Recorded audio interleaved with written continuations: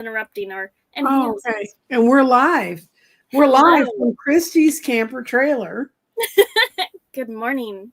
And John will be joining us in a moment. He will. And this is the couple that I wrote about. And I'm gonna let you have a chance to just say hi, Christy, and then I'm gonna explain how we kind of met. Say hi, Christy. Hi, Christy.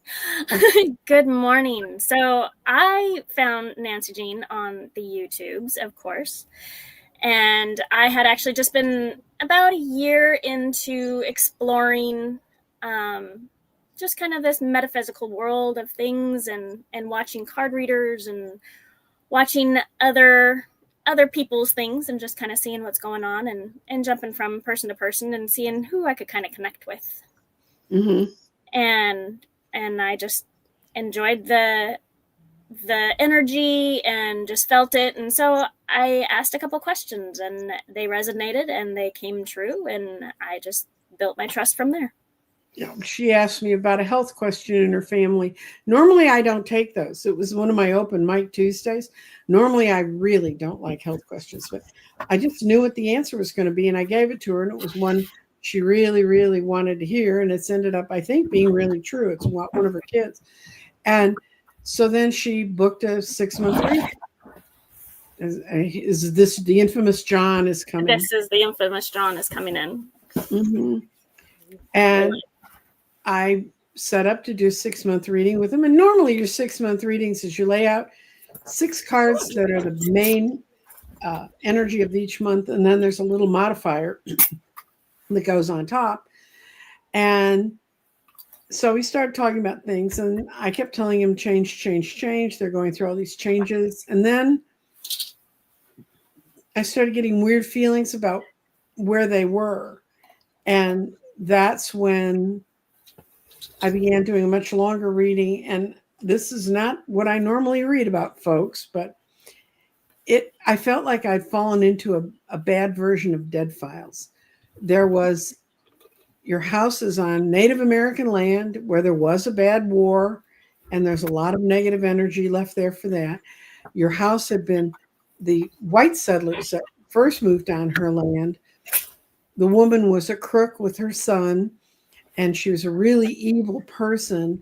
And she and the son were still there in the house, as was the husband and 3 daughters, which the mother had trapped and made stay on the property. I'm sitting here reading this. I'm going, what?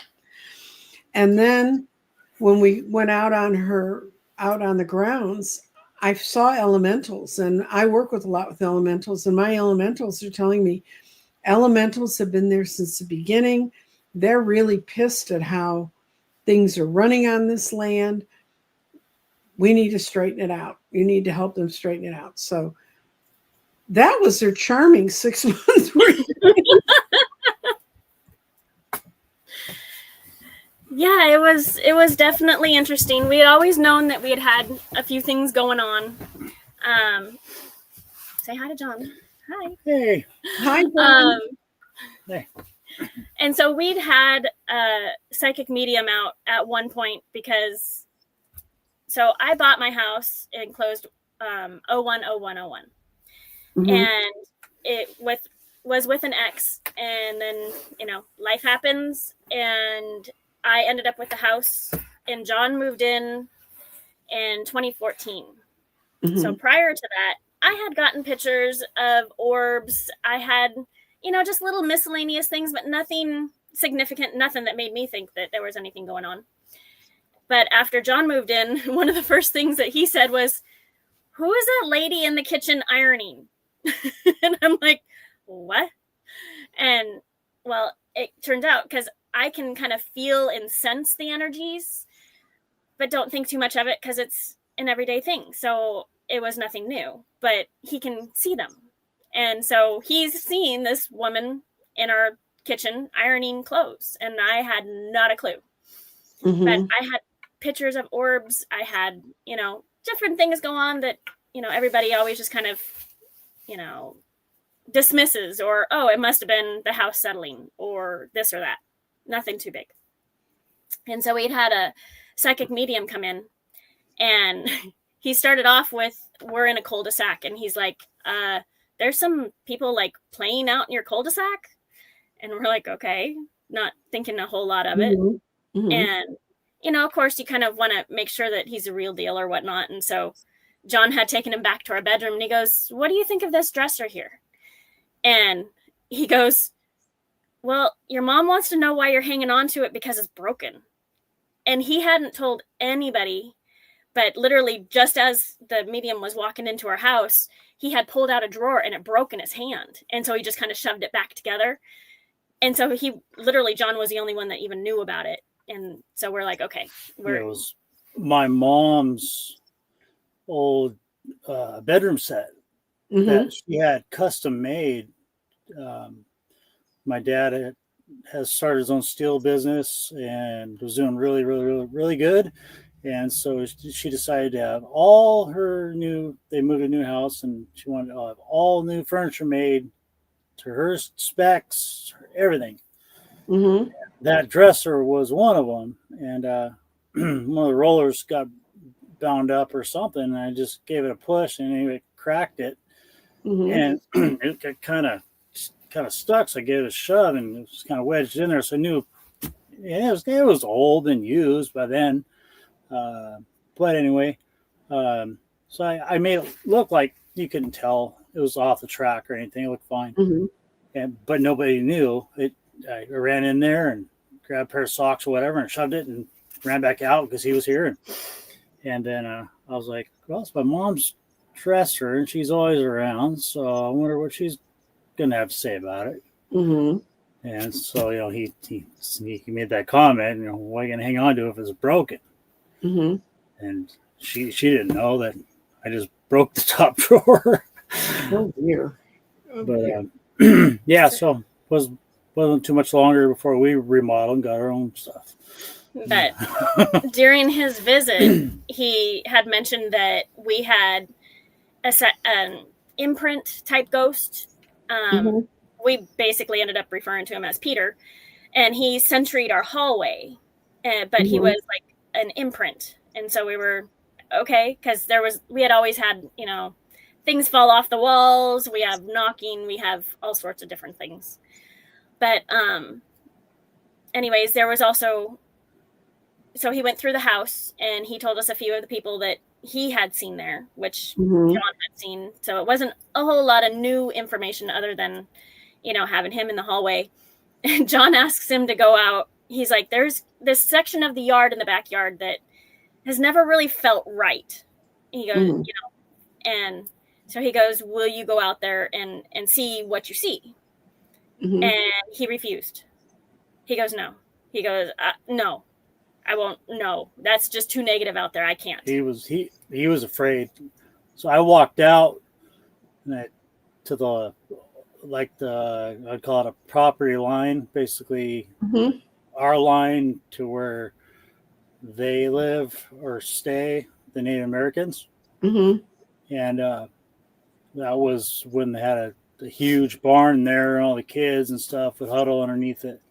So I walked to that basically that property line, whatever you want to call it. And I stood there and I waved him over the medium, and he goes, no. He had tears in his eyes. Yeah, trust me. We have a right to protect ourselves. And I can tell you, I mean,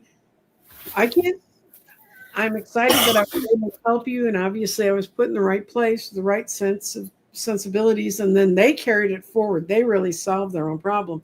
But I have for years had people say, oh, come ghost hunting with us. No. And I've actually, Sean's 50 now. When he was an infant, I had him in my hands, in my arms, and we went into an antique store that had just opened. And I had these older friends that liked to go antiquing.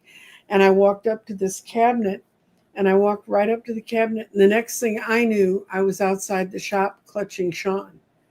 And my friend said, you ran out of there like you saw something. And this was not when I was really young, and I didn't talk.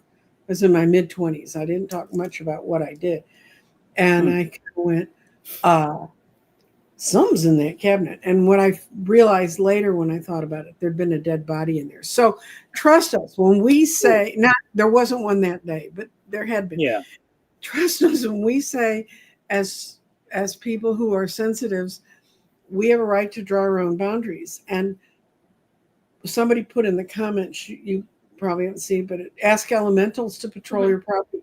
That's one of the problems they had. They had elementals on their property. When I looked to the back where no one could go, there were some really orc-like, the big hairy trolley looking guys. And what can happen is energies can morph and energy will pull in what it wants. So when you start having Indian wars and mean, vicious little old ladies whose son and her were committing crimes all over the place, who was evil enough to trap her own family on the property, that's a lot of negativity, which gets us to one of the things that was in the drawing I had done of your place, the portal over the top that you found out about. So you guys can tell your story your way, but the first thing that happened is after I left you, you said, well, we'll go try and find a shaman. Right. And so you guys can take it from there, because I'm as interested in what they're going to say right now, guys, as you are. So after we had that 6-month reading and you had given us that stuff, you told us, you need to get someone on the ground there. We're states away. I wouldn't come anyway. I would do you no good. I'd be the one running the other. And that's okay. Yeah. That's interesting.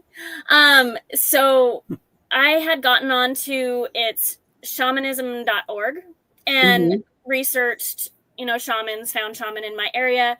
I really liked the idea that they had to do a course. There's a 2-year course, plus there's continuing education, things like that. So it was something that, kind of validated, and it wasn't just somebody who said, yeah, I'm a shaman, I can do it. And so I researched that, found somebody who's, she's about 45 minutes away from us, and contacted her, kind of gave her story, wanted to make sure that it was something that she was willing to walk into. And she did. And she came over. She spent a couple of hours. She went through all the yard. She went through the house. She introduced us to our house elf, Esmeralda. We call her Ezzy. But yeah, so you want to talk about her? The whole experience was a little. John had a hard time with it. Kind of threw me off because I guess I still don't know all the I guess how you put it, all the skills and knowledge shamans have, and the capabilities and how they use them.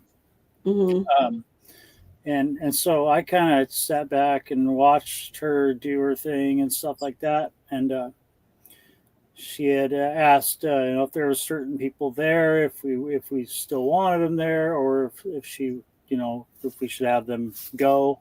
And happened to be one of my friends that had passed away. He's a musician as well, and she was out there beating her drum, and he came up, and I heard it, and he started beating on the drum. With her. She's holding one hand, and she's doing this little light tap. You could hear it, and he came up and So he started beating her drum while she was doing her chants. And he has always been a sarcastic goofball prankster, just like me. And she was laughing so hard because she's like, "Oh, he is." She came in and told me he was there, and he was making this comment, this joke, and it was all smiles and laughing and having a good time. And when I heard the drum, I knew exactly what it was. But when she came in and made comments of what she saw, what she was able to, I guess kind of confirm to us from what I've seen. Kind of like when I was telling you stuff and say, look at this, you kind of pull it in and you say, this is what I see. This is what I sense. This is what I know. Yeah. Yeah. So she validated a lot of the stuff that we had already been seeing and feeling and such. But she went through the yard. She did her ceremony on the side yard, the negative side yard that we call it. She went through the house.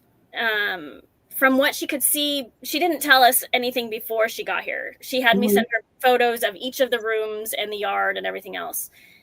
And when she was finished, she told us that from the photos, she had seen a giant portal in our hallway, which also explains from our psychic medium, the Peter, who sensoryed our hallway.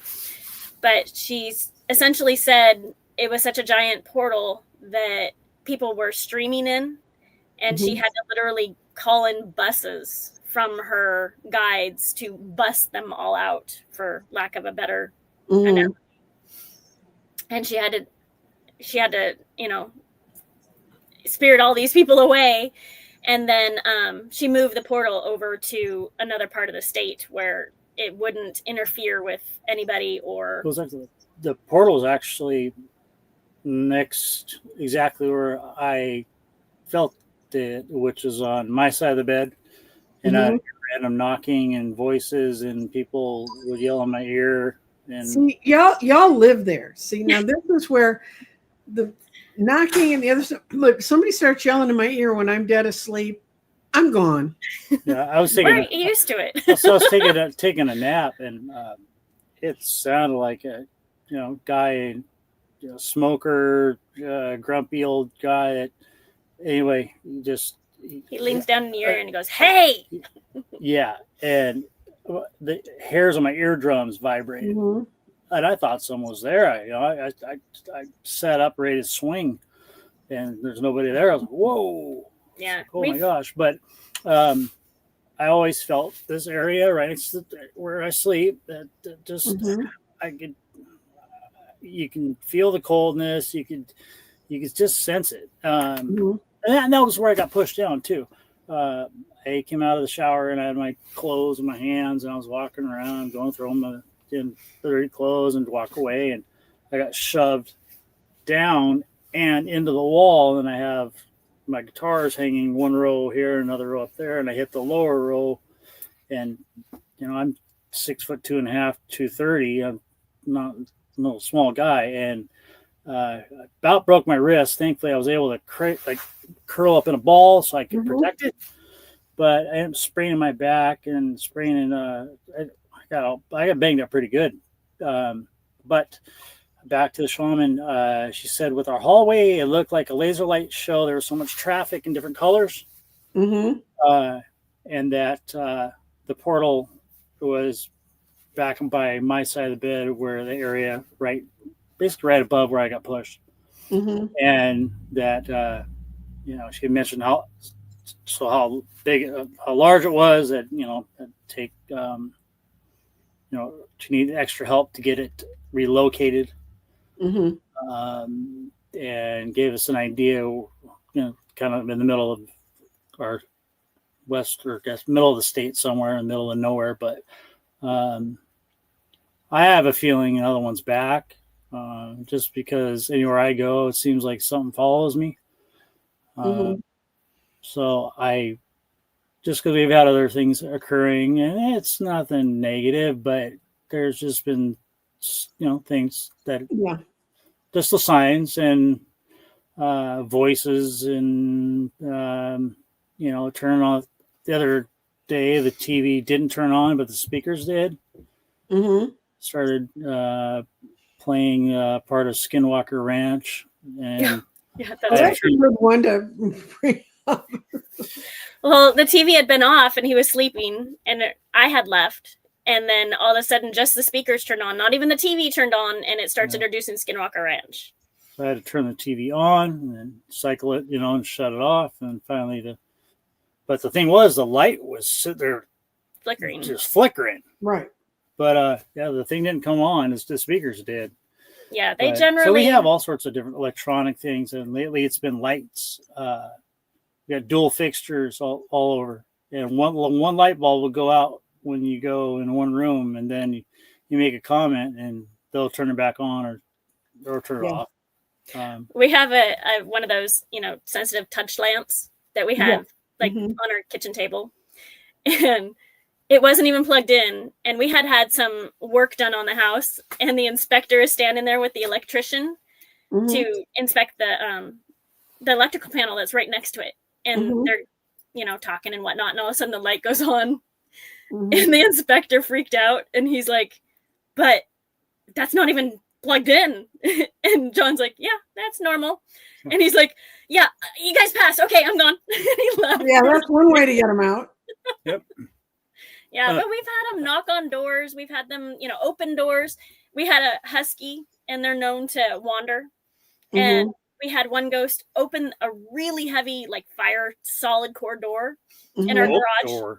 They had opened the door and let the dog out, and then somebody else knocked on the wall to get his attention to show him that the dog's out front. So he had to go get the dog and bring him back in and shut the door. And okay, now in theory, after we discussed all the stuff and all the stuff been going on, you got the shaman in. She came. She moved the portal.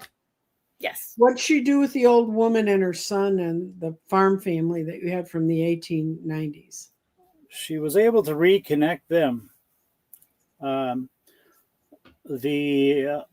Native American woman did not want to let go of the land, and she was the negative controlling one who was trying to get. She hated me, and she wanted control over me.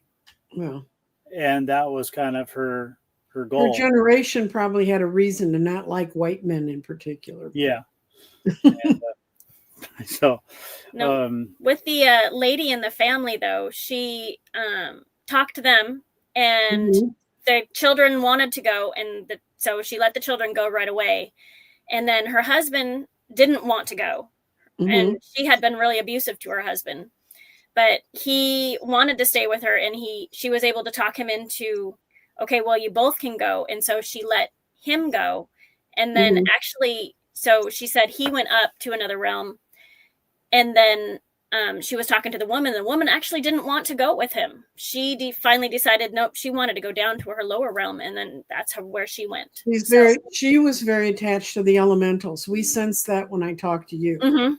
And the elementals are in the ground, and they would accept her and they would help her. Yeah. So that's where she went. But that's where, so she ended up letting go of the family and let them go where they wanted.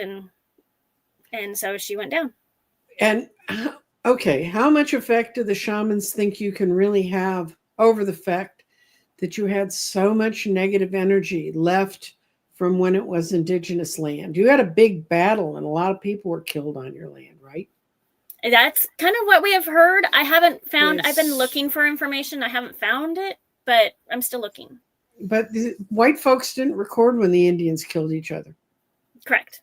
No. So, we had a lot of Duwamish in our area, and they actually are known to have been down by the lake, which is just a couple of miles away from us. They had big settlements and stuff there, and so it's not surprising. And there's a lot of history showing, how they were pushed out of this area. And so I'm still researching, trying to find more information. Right. But in the meantime, yes, I know that they were shoved out of here. And yes, I know that they were here. And how much information I can find is scarce. What's the name of that tribe? Snohomish? Duwamish. Duwamish, okay. Because I have a friend that lived in another part of the state that was named for the Snohomish. I think okay. And she lived on a river. Oh, Snohomish, yes. Yeah, Snohomish. Yeah. And she was telling me that her house had a Snohomish ghost in it. And so. Yeah, one of the things that our shaman is asking us to do is to put up a kind of a tribute to them. So I've designed, because I have a big garden where all that negativity was. And so I'm going to build a planter box and put some wapato and some strawberries and such that they used to get from this area. And so as my tribute to them, along with their I have some tobacco that was grown on the last land that the Native Americans grew tobacco on, and I've had it 50 years. I'll send you a little packet of that. Oh, You cool. can put it in the garden. Oh, that'd be good. Mm-hmm. Cool. And don't everybody ask me for a little bit. What's kind of interesting is that the Duwamish tribe would go around the Lake Washington, which the north end just terminates just stone's throw away from our house. But they would go around the edge of the lake and they would get the Wapato, which is like I guess like a water, kind of like a potato-ish water. It's kind of a swampy plant. Mm-hmm. But they are also, we have a large creek that connects from Lake Washington that is just 25 feet from where we're at right now. Mm-hmm. That has those in it as well. So just from being in the area and knowing the signs for where the Duwamish were, it seems like their area kind of terminated roughly in this region. Right. That was kind of the last area where you see their name, and then it kind of changes from there north. Mm-hmm. So I could easily see there being battles and issues back then in this region. And for those of you who don't know, they live in the Northwest. We're not going to tell you what city they live in because they really don't want tourists. But I know for a fact that area had very, very vicious Indigenous fights. They were really hardcore. The energy. My grandmother had witnessed a bunch as she was like 9 or 10 years old and told me some of the stuff. It was horrific. Stuff you wouldn't see in a horror movie is that bad. Yeah. I live with Cherokee and Comanche, and they're bad enough. You all can have yours. Anyway, okay. Obviously, what we're all figuring out, if you've been listening to this from the beginning, is this is not an easy thing to get out of. If you live in a house that has gathered up energy, what do you do every day to try and help yourselves cope with the negative energy that's around you? You gotta try not to be negative. And it then, which that human nature is, that's the first reaction. And you have to just kind of spin that around. Is when you pull in the driveway and park the car and kind of look around, take a breather, and think what you're walking into. Mm-hmm.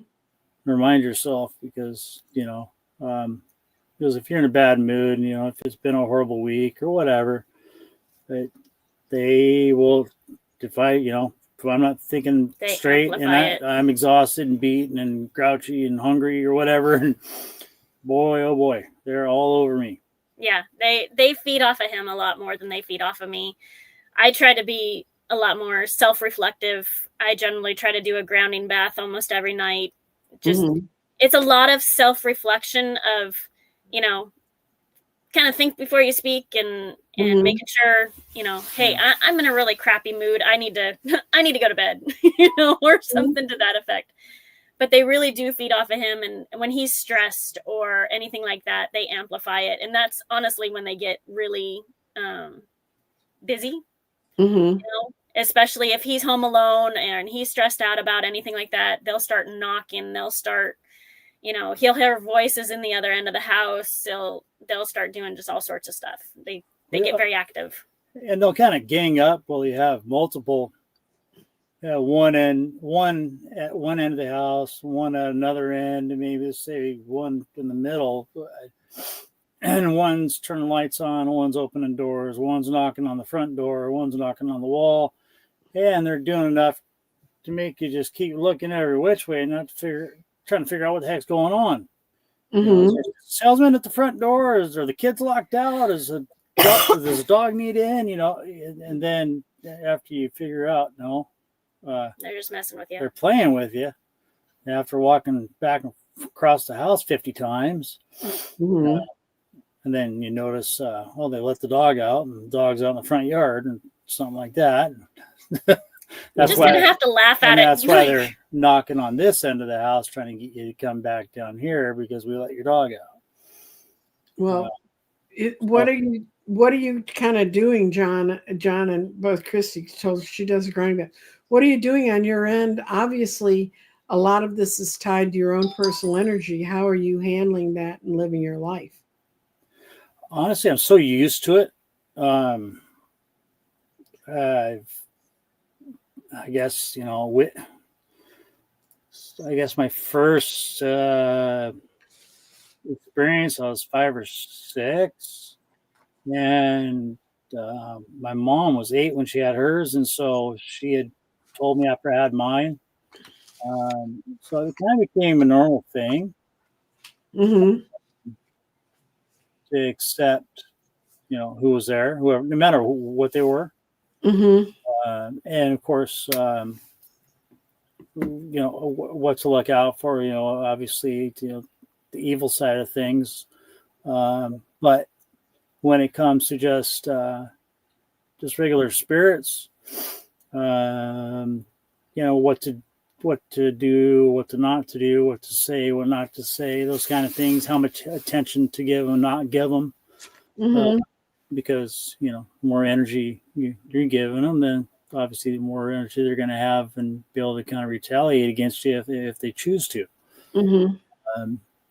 So I've honestly learned through trial and error. And I can now thankfully sense when I walk into a situation where, okay, these guys are okay. They're just looking out. They're curious. Mm-hmm. There's nothing to worry about. When there's other situations, then I'll talk out loud so they know I am aware.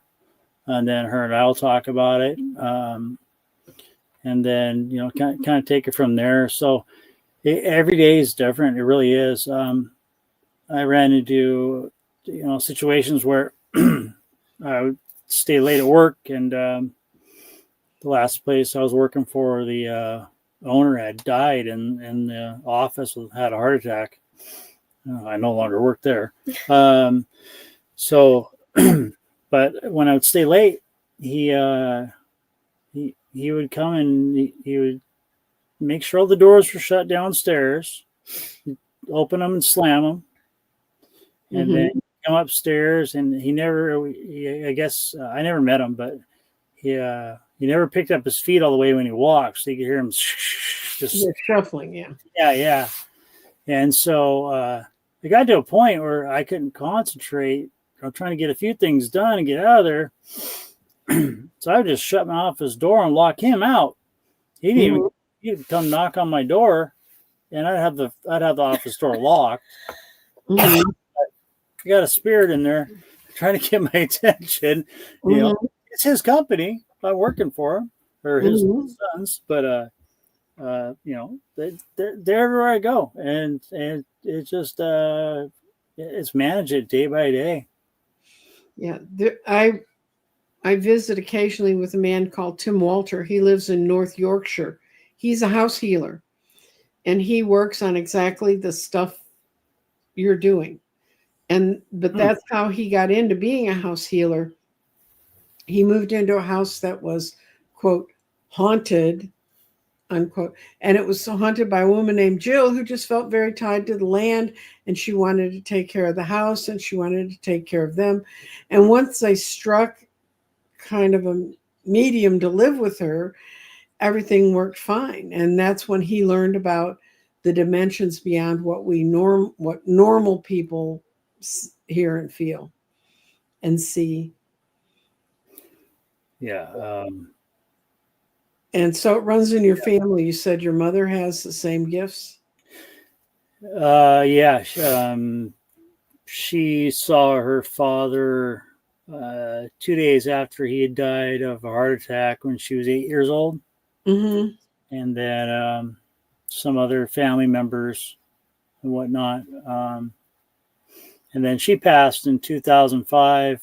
And in June, and my dad's birthday is in September, and I hadn't had any activity or anything since she passed, and all of a sudden, I had to take her off life support and stuff, and it was not a, it was a blurry time trying to recover from all that, and so even come September, my dad's birthday, I didn't remember what day it was, but every day I didn't know what day it was, but all of a sudden there was, I just bought this house. It was only 4 or 5 years old, brand new, basically. And I was having all these things happen.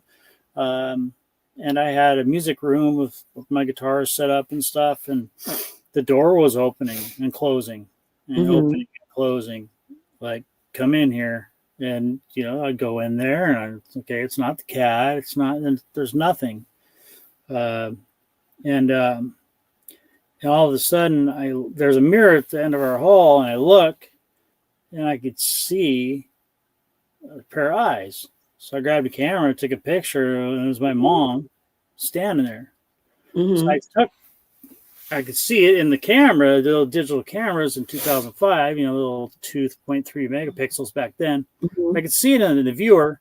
So I put the disc in the little memory card. I put it in the laptop, and just so I could find the picture, because I'd taken a handful, and I went and I found the one, and I looked, and I could see her face in the mirror. But more importantly, I looked down, I looked at the date on the photo. I said, oh my gosh, it's my dad's birthday. She's telling us to call my brother, who lived just a mile away. And I said, Steve, did you forget? It's Dad's birthday. He's all alone. We got to go up and grab some steaks and go barbecue him dinner. And that was her way. She caught us about 4:15, 4:30, and Dad usually eats about 5:30, 6 o'clock. So it was perfect timing. That was her way of saying hi and go take care of Dad. And after that, she shows up every now and then. It's always I've had a couple things where she said she's proud of me for doing something. Just little stuff. Yesterday she said something, I couldn't make it out, but it was like she was standing right there, but everyone in the house could hear it.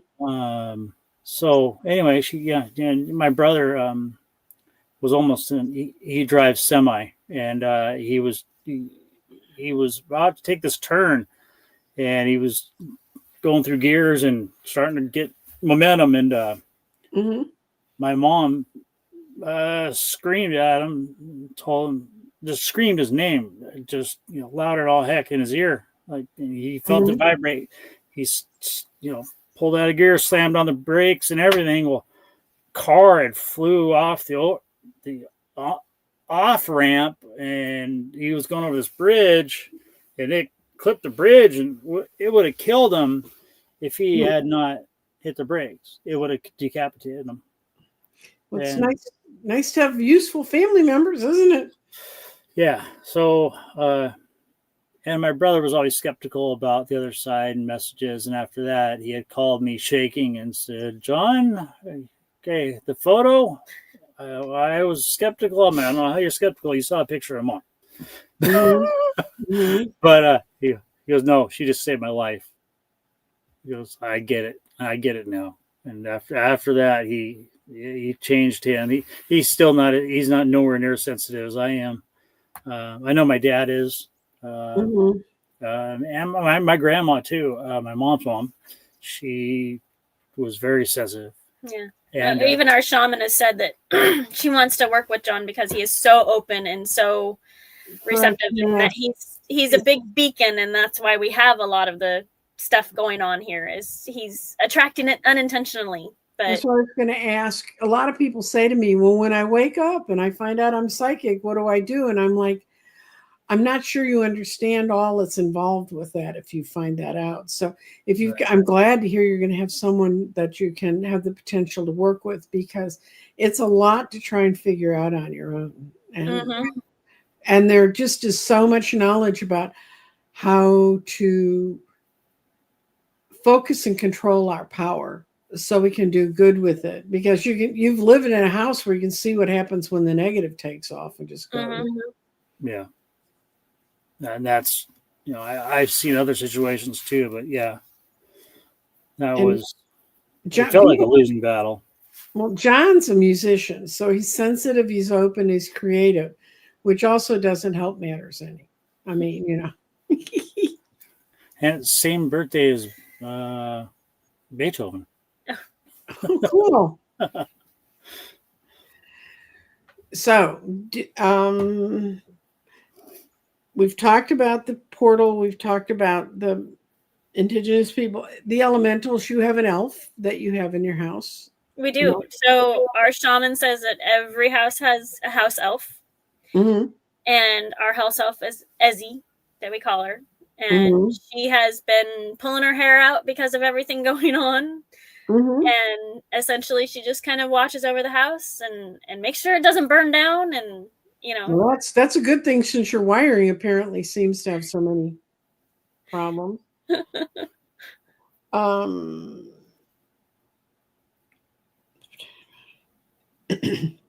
Has anyone suggested you put a protective boundary around your property? No, I don't think we've had any of that. The one thing that our shaman did suggest is that we have like a waiting room crystal that she's going to help us put into the house. And so anybody that does happen to come in, or if a portal does happen to open up again, that they can go into the waiting room crystal, and about once a quarter she would call and we'll go through it and help those that can have help and help cross over those that need help or whatnot, or move them on so that they're not bugging John quite as bad as they have in the past. Good. How are you working with your kids? So what age are your kids? I'm sorry? What ages are your children? So 15, 16, and 19. Okay. And our 15 and 16-year-old don't seem to be too bothered with it. They're pretty used to, the knocking and all that kind of stuff. Don't have a whole lot to do with it. Our oldest is the only one. She's very open and sensitive, at least she used to be. She actually scared us pretty bad one day. They were all playing in the room that we call the blue room. There's a studio now. And they're all sitting out there, and she jumps up and she starts yelling that there's somebody walking across the back deck. And there's no access to our backyard, unless you go through a gate and everything else. And we've had some nefarious people in our past. And so it was, all of our hearts dropped going, oh my gosh, what's going on? And she's like, no, there's a woman walking across the back deck. She's got a pink sweatshirt hoodie on. She's got jeans. She's got this. She described this person to a T. It happened to be just a ghost walking by. I mean, we scoured the yard. We went through everything. We couldn't find anyone. And then finally, she had mentioned, I've seen her before. And John's like, do you mean this person? And she's like, yeah. And he's like, no, that's just a spirit. That's not a person. And she sees a lot of the ghosts and such. We have a really tall guy that hangs out. The man that used to be here, that was part of the family. The old farmer, yeah. The old farmer, yes. She would describe him, and it was really funny because she would come and tell me, something was going on. And so then I would wait until she was like out of the room or the next day. And then I asked John about it. And they had the exact same stories of what this person looked like, how tall they were, what hat they were wearing. So it was, completely, separate conversations. And they're telling me the exact same thing. So, there's something going on there. But with her, and I don't know how much of it has to do with the elementals or what was going on here, but she did end up, since she was 2, she'd had migraines, and nobody honestly knows, anything of the sort. But basically when she was about 9, we went camping when we came home one day, and she's a little bit on spectrum. And so we expected, to have a little bit of off because our schedule was off. And it's just typical what you learn to live with it when you have special needs kids. Right. And so we were expecting to have, an off time. So you go in your room, you get to decompress, and we'll get everything unpacked. And so John and I are unpacking all of the stuff, the trailer and whatnot. And all of a sudden my middle child comes running out and she's like, Mom, she's in there. She's in the room bawling her eyes out. And we're like, well, why? What's going on? So I go in there and she's sitting in the corner and she is just hyperventilating, crying. And she's like, the room is on fire. It's on fire. There's smoke everywhere. And it's like, what? No. Okay. So talk her off the ledge, calm her down. And she's like, no, there's smoke in here. And we're like, no, there's no smoke. It's okay. And I was like, all right, we got to go back to the neurologist. And we went back to the neurologist and they tried to push us off as the regular, you need to get more sleep. You need to make sure it's because it was a schedule change. It was this and that. And it's like, there's something more. And finally, as we're walking out, she goes, you know what? Let's do an MRI just as a baseline to see what we're working with in case anything changes. And then I get the call the next day of, we need to talk. And she ended up having a brain tumor in her left frontal lobe. So, of course, they didn't have a whole lot of information on it at the time. And so we didn't know if this was something fast growing. We didn't know if it was cancerous. We didn't know anything really. Nobody wants anything on their frontal lobe except their frontal lobe. So that too. And so it was usually when you have an MRI, if there's defined edges, then it's pretty positive. Well, she had most defined edges, but there was still some that was undefined that they were nervous about. Yeah. And so that was in December. They decided to do a surgery in January, and they did a craniotomy.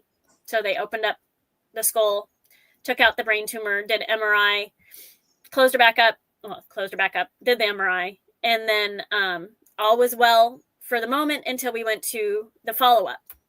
And when we went to the follow-up, he was like, well, I don't know how to tell you this, but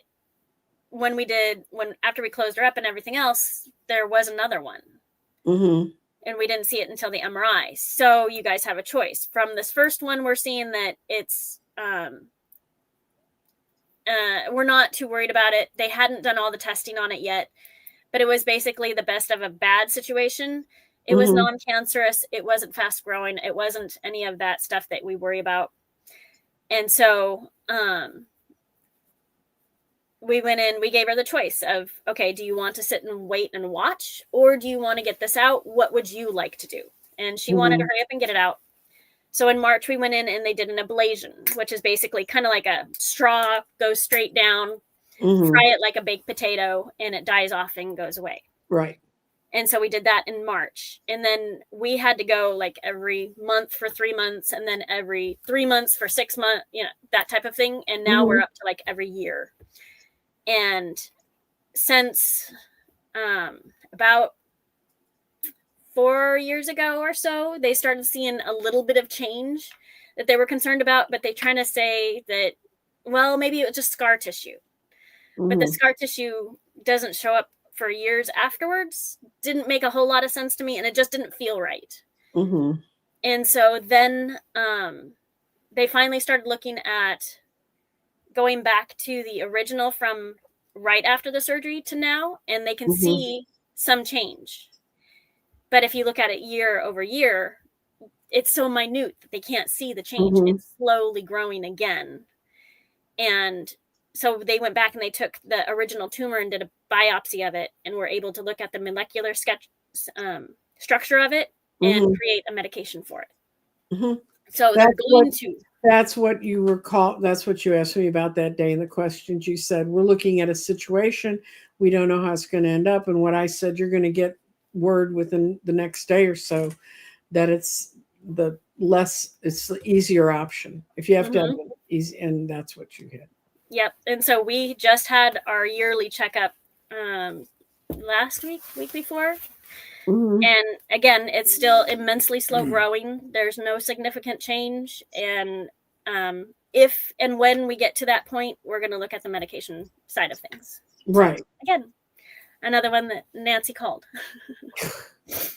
No. Nancy was right. I speak for entertainment purposes only. I don't know what entertains you, but that's hey, we were entertained. We knew, but it was just, again, one of those things of, hey, this is what I'm feeling. This is what I'm seeing. What do you see? Yeah. So. Well, really, health questions, I normally don't hardly ever take them because I grew up in a medical family and I really am terrified of.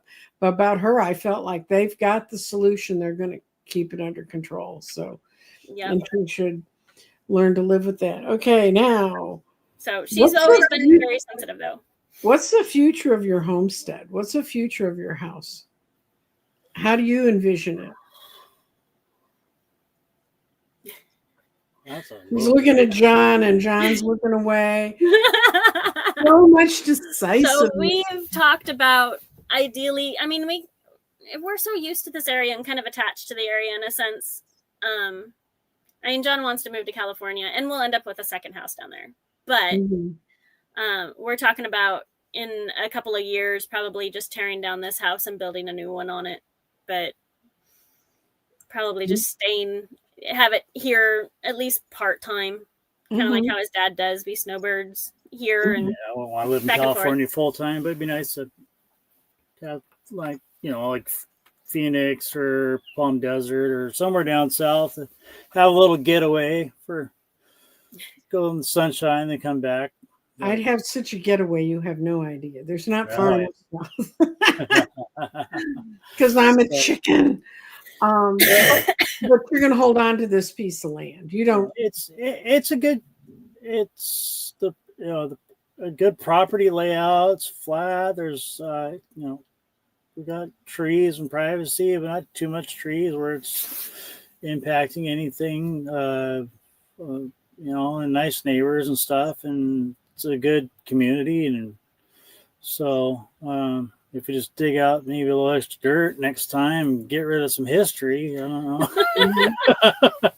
But do your neighbors have any of the same problems you have? Do they have same indigenous feel from the land, the elementals? Because my experience with the elementals is they just don't do 5 square feet. They do chunks.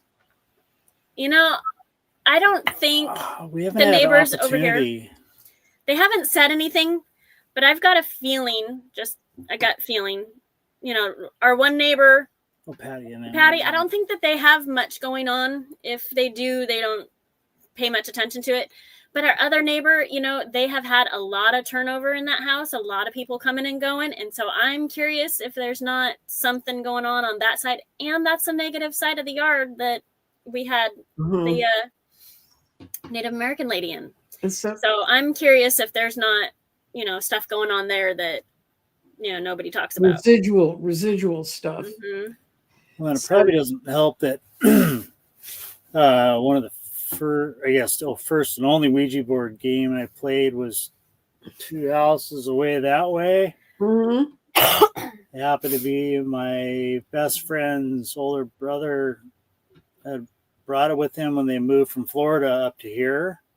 And he had hit all Ouija boards come from Florida. I thought you knew. Yeah, apparently. And he had it tucked away for like 10 years. Well, we found it. We were 14, 15, and they worked, and not in a good way. And so, in your land, that board should have been floating around the room, moving its own planchette. It opened every door in the kitchen and emptied every shelf. And that house was just a couple of doors down, and that was years and years ago when we were kids. It goes up for sale about every 18 months. I can believe it. I've been trying to nail somebody down to ask them. Every time I go there, they're gone. Somebody new. Yeah. It's I can see it off my back deck. It was weird because she bought this place 25 years ago. I moved here in 86 and just one block over. So this is my old player in stomping grounds. Yeah, in my old paper out neighborhood, or my whole paper out was through out here. But yeah, my best friend lived over there, and we played Ouija board until it got so bad his parents packed up and bought a new house and moved out. Mm-hmm. Yeah, I had never been so scared in my life. And I already knew there was, spirits, but I didn't realize they could slam doors in your face and throw stainless, heavy pans and frying, all sorts of anything. Lock you in your bathroom Oh, when you went home. Oh, yeah. And they locked me in the bathroom, and we had just put in new oak doors and new oak, whatever you call it. And anyway, the little cabinets underneath the sinks didn't have locks on them, and I'd go down there to get like Q-tips or whatever, and they'd lock that. And then they'd be outside the door, and there wouldn't be a lock on the door on that bathroom. There's no lock on it. Mm-hmm. But they would hold it and lock me in and screw with me when I was like 14. And it was all around the time of playing with that Ouija board before we told the Ouija board that we no longer want to play with it and it needed to go home. Mm-hmm. And then someone else, we thought we were playing with somebody named whatever, and it wasn't. It was somebody else in disguise, and that person came out. And then my friend's older brother came out and says, "It's not so and so, is it?" And we were like turned pale white and said, "Yes." And his parents were aware of that. We went through that situation, 10 years previously with him. And so they got out of the house, but I guarantee there's still got to be residual stuff over there. Yeah, I would say, this is endlessly fascinating, but we're getting to an hour, and that's how long I told people I would ask them to stay and watch this fun stuff. I could write a book. You should write a book. I started on one, actually. Mm-hmm. And what does the future look like for the two of you? I know you're saying you may be building a house in California. You may tear down where you are, put something else back on that land, but what are you doing for yourselves? That's not structures and ghosts and elves and elementals. And right now, we recently started a new business, had a great opportunity and took advantage of it, and things are rolling in the right direction. And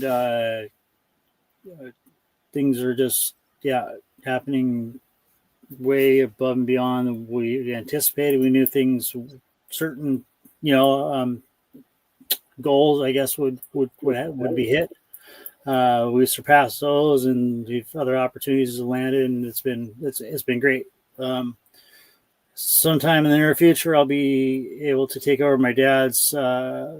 He's got a park model, which is just a 1-bedroom, 480 square foot little, couples unit in Palms for Indio. And so I'm going to purchase that, and we're allowed to go there. Well, actually, we could go up there up to 4 months a year, but with the kids, we can go down there for 4 weeks at a time.